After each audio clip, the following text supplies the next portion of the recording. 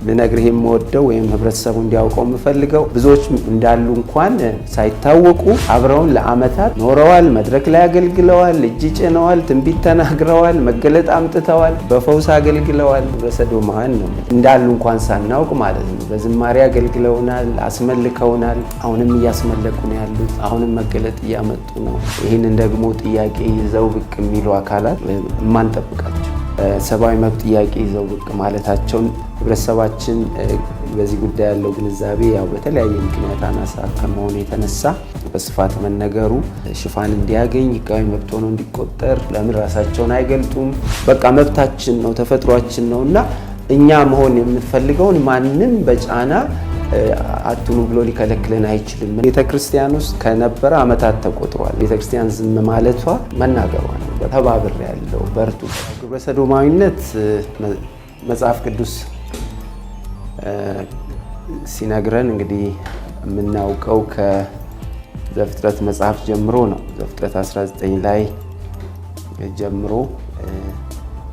ግብረ ሰዶማዊነት ያው በምድር ላይ እንደነበረ እናውቃለን። እንግዲህ ይሄ ከሺዎች ዓመታት በፊት ማለት ነው እና እንዳውም አንዳንድ የአይሁድ መምህራን ራባይ የሚባሉት የካምን ኃጢአት ራሱ ግብረ ሰዶም እንደነበረ ማለት ኖህም ሄዶ ገልቦ ማለት በራቁትነቱ ማየቱን በራሱ እንደ ግብረ ሰዶም ኃጢአት አድርገው የሚተነትኑት አሉ። ግን ያው በግልጽ ግብረ ሰዶም ተብሎ ተጽፎ የምናገኘው ማለት በስም ባይሆንም በተግባር በተመሳሳይ ጾታዎች መካከል የሚፈጸመውን ርኩሰት እግዚአብሔር አጥብቆ እንደሚጠላ የተጻፈበት የመጽሐፍ ቅዱስ ክፍል ዘፍጥረት 19 ነው እና አዲስ ነገር አይደለም ለማለት ፈልጌ ነው እና በምድራችን ላይ ከሺዎች ዓመታት በፊት ጀምሮ የነበረ ጉዳይ ነው። ግን አሁን ጉዳዩን ይበልጥ አሳሳቢና ዘመናዊ ያደረገው የሰብአዊ መብት ጥያቄ ሆኖ መነሳቱ እንደገናም ደግሞ ያው በእንግሊዝኛው ፖለቲካል ኢምፕሊኬሽን ወይም ደግሞ ፖለቲካዊ አንደምታ ይዞ መነሳቱ ከተለመደው የተለየ ሆኖ እንዲገለጥ የሆነበት ምክንያት የሰብአዊ መብት ጥያቄ ሆኖ ብቅ ስላለ ይህንን ደግሞ ጥያቄ ይዘው ብቅ የሚሉ አካላት የማንጠብቃቸው ሆነው ስላየናቸው እንደ ዩናይትድ ኔሽንስ አይነት የተባበሩት መንግስታት ድርጅትን የመሰለ ትልቅ ዓለም አቀፋዊ ድርጅትና በስሩ ያሉ አጋር ድርጅቶች እንደገና ደግሞ ትልልቅ የምንላቸው የዓለም መንግስታት ዩናይትድ ስቴትስን ጨምሮ ማለት ነው እንደ ሰብአዊ መብት ጥያቄ ይዘው ብቅ ማለታቸውን ከዛ በስተጀርባ ደግሞ ፖለቲካል ኢሹ ሆኖ ወይም ደግሞ የፖለቲካ ጥያቄ ሆኖ ወይም ፖለቲካዊ አንደምታ ይዞ ብቅ ማለቱ ነው አሁን የተለየ ያደረገውና ራሱን የቻለ ንቅናቄ ሆኗል። ግብረ ሰዶማዊነት በአጀንዳ የሚሰራ ከበስተጀርባው ልክ እንደ አንድ ትልቅ የፖለቲካ እንቅስቃሴ አክቲቪስቶች ወይም ደግሞ አራማጆች ሚሊታንት ሆነው በቃ በጭካኔ የሚሰሩት እና በፊታቸው የሚቆመውን የትኛውንም ነገር ያለ ርህራሄ ጠርገው ለማለፍ ተማምለው የተነሱበት ዓለም አቀፋዊ አጀንዳ ሆኖ መነሳቱ ይሄ ነው ጉዳዩ ልዩ ያደረገው እንጂ አዲስ ነገር አይደለም እና ህብረተሰባችን በዚህ ጉዳይ ያለው ግንዛቤ ያው በተለያየ ምክንያት አናሳ ከመሆኑ የተነሳ ለነዚህ አራማጆች ወይም አክቲቪስት ለሆኑት በጣም ትልቅ እድል ፈጥሮላቸዋል። በተለይ አሁንም ይሄንን ኢንተርቪው ስንሰራ ቅድም እንደጠቀስከው ቶቶ የሚባል አንድ ጉብኝት ለማድረግ የተነሳ ወይም የጉብኝትን የሚያዘጋጅ ድርጅት ግብረ ሰዶማውያንን ኢትዮጵያ ድረስ ይዞ ለመምጣት ማሰቡ በሚዲያዎች በውጭም በሀገርም ውስጥ በስፋት መነገሩ ጉዳዩን ይበልጥ ወቅታዊ አድርጎታል። ግን እኔ ከዛም በፊትና ባለፉትም 10 ዓመታት ጉዳይ ሆኖ በመንግስትም በሀገርም ደረጃ ከሁሉም በላይ ደግሞ ከምንም በላይ ጉዳዩ የሚመለከታት ቤተክርስቲያን ጉዳዩን ይዛ መነሳት ነበረባት ብዬ በጽኑ አምናለሁ። በጣም ረፍዶብናል። ግን በእግዚአብሔር ቸርነት አሁንም መስራት ከጀመርን ብዙ ውጤት ማምጣት እንደምንችል አምናለሁ እና ግብረ ሰዶማዊነት ያው በተመሳሳይ ጾታዎች መካከል የሚፈጸም ተፈጥሯዊ ያልሆነ እነሱ ግን ተፈጥሯዊ የሚሉት ተፈጥሯዊ ያልሆነ ወሲባዊ እርኩሰት ነው። ግንኙነትም ተብሎ ሊጠራ የማይገባ እርኩሰት ነው እና በዛ ህይወት ውስጥ ያሉ ራሳቸውን በተለያየ ስም ይጠራሉ። በተለይ አሁን ምዕራቡ ዓለም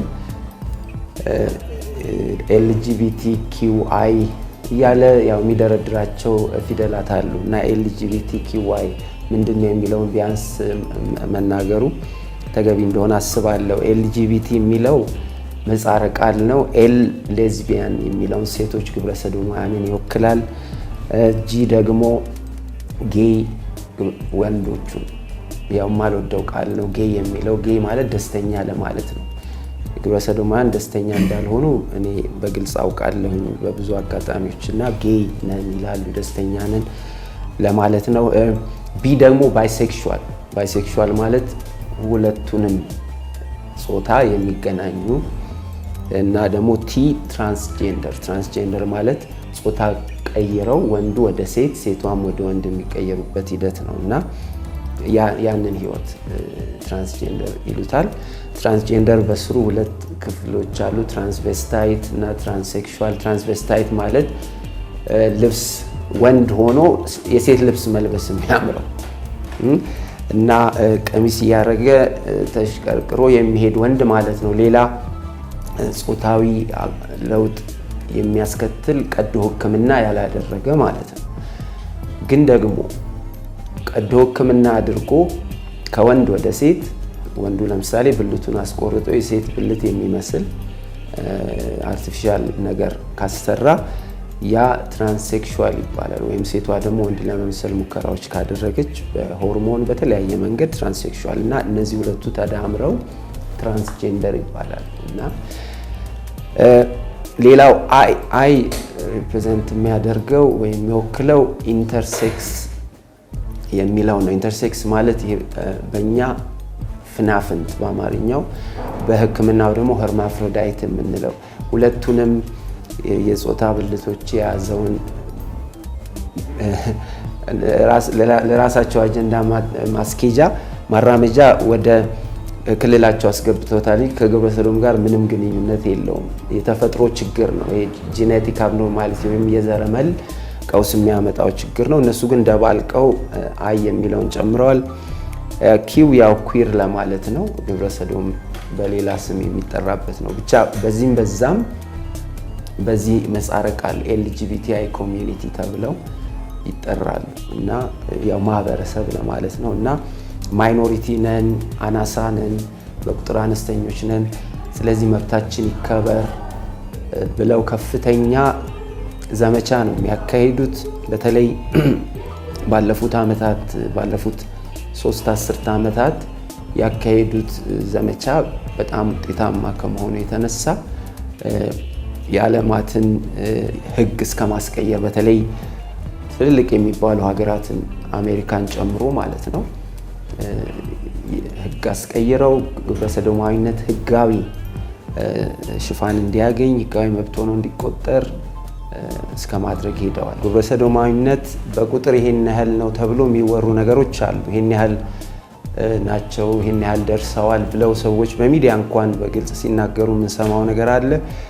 እኔ እሱ ላይ የራሴ የሆነ ሪዘርቬሽን ወይንም ደግሞ ጥንቃቄ አለኝ። ማለት የግብረ ሰዶማውያንን ቁጥር በውል ይሄን ያህል ነው ብሎ ለማወቅ በጣም አስቸጋሪ ነው። ለምን ራሳቸውን አይገልጡም? የማይገልጡበት ምክንያት በእኛ ሀገር ግብረ ሰዶማዊነት አሁንም ድረስ ወንጀል ድርጊት ስለሆነ ማለት ነው እና ግን አንድ በእርግጠኝነት ያው ለህብረተሰባችን ልናገረው የምፈልገው ነገር በቁጥር አሁንም በጣም አነስተኞች ናቸው። ከአጠቃላዩ የኢትዮጵያ ህዝብ ቁጥር እንግዲህ አሁን በትንሹ 100 ሚሊዮን ደርሰናል።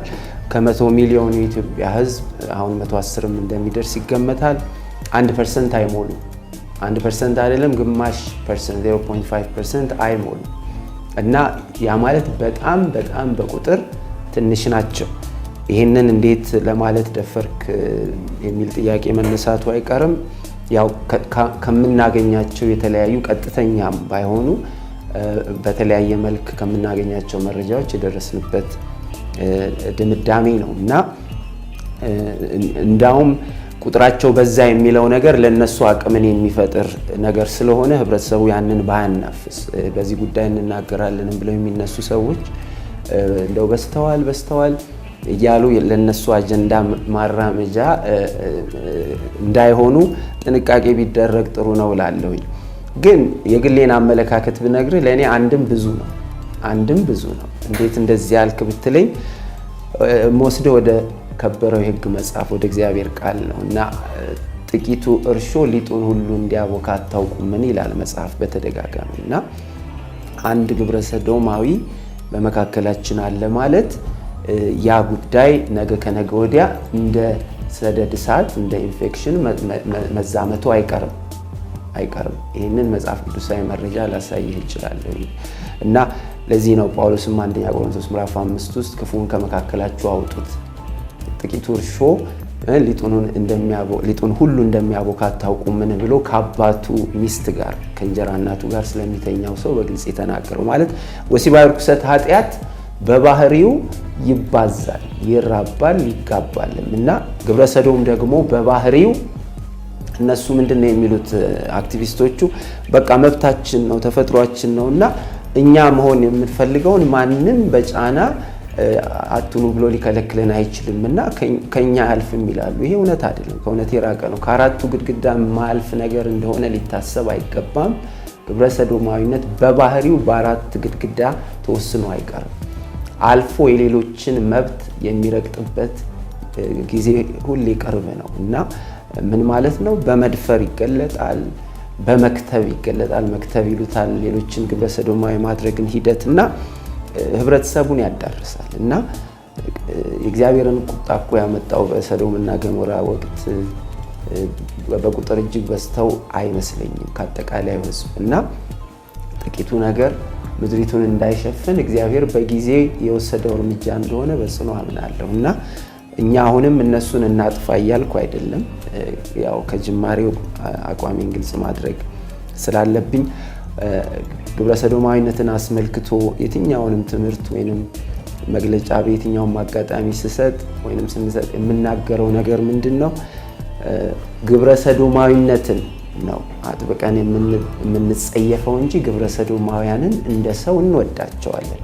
ምክንያቱም ኃጢአተኞችን የሚወድ ጌታ ነው ያለን እና እሱ ደግሞ ኃጢአተኞችን ሊያድን ነው ወደ ምድር የመጣው። እኛም ደግሞ የወንጌል መልእክተኞች ስለሆነ የዚህ የፍቅር መልእክት አድራሾች ስለሆንን ኑ ተመለሱ፣ ከዚህ ህይወት ውጡ ነው የምንላቸው። ተዋሽተው ከገቡበት ከዚህ አጸያፊ ህይወት ልምምድ ወጥተው ወደ እውነተኛ ማንነታቸው እንዲመለሱ ነው የምንነግራቸው። ስለዚህ በየትኛውም አጋጣሚ ግብረ ሰዶምን ከግብረ ሰዶማውያን መለየት አለብን፣ ግብረ ሰዶማዊነትን ማለት ነውና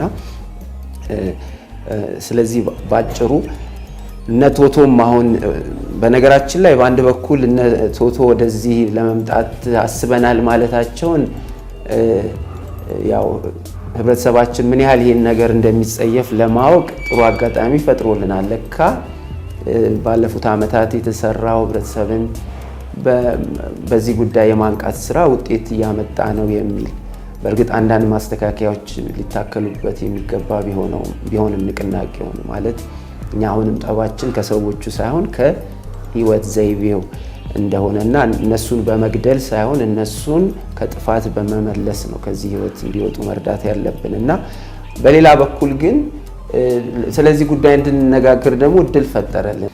ብዙ ሚዲያዎች አሁን ባለፉት ዓመታት ሚዲያዎች ዝግ ነበር። በብዙ መልኩ ስለዚህ ጉዳይ እንዲነሳ አይፈለግም ነበር እና አሁን ግን ይህ አጋጣሚ ብዙ ሚዲያዎችን ክፍት አድርጎልን ስለዚህ ጉዳይ ህብረተሰቡን ለማንቃት እድል አግኝተናል። ፈረንጆቹ እንደሚሉ the tip of the iceberg ናቸው። የዛ በቃ ያለው ትልቁ በረዶ ጫፍ ነው እንጂ ችግሩ ቤተክርስቲያን ውስጥ ከነበረ ዓመታት ተቆጥሯል። እንደው ያ ምክንያት ሆኖ ብቅ እንዲል እንደው እግዚአብሔር ምክንያት አደረገው ማለት ብዙዎች እንዲያዩት እንጂ እኛ ላለፉት ብዙ ዓመታት አይደለም 14 ከዛም እድሜ በታች 7-8 እድሜ ላይ ይሄንን የሚለማመዱ ልጆች ይገጥሙን ነበር፣ አሁንም እየገጠሙን ነው።